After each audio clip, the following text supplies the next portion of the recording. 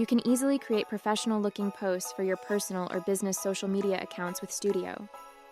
I selected this template by searching Christmas in the Templates tab. Then, in the top toolbar above the artwork, I reset the canvas dimensions to 1080 by 1080 pixels wide for a square format. Because everything in templates is editable, you can rearrange the elements to suit your needs.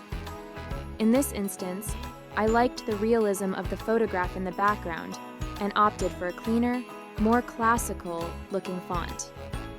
So I ended up removing the text and adding my own text fields. I kept the same font for visual consistency and created contrast by adjusting the sizes. Getting started is free, but if you have an all-access subscription to Creative Fabrica, you have access to all of Studio's premium features too.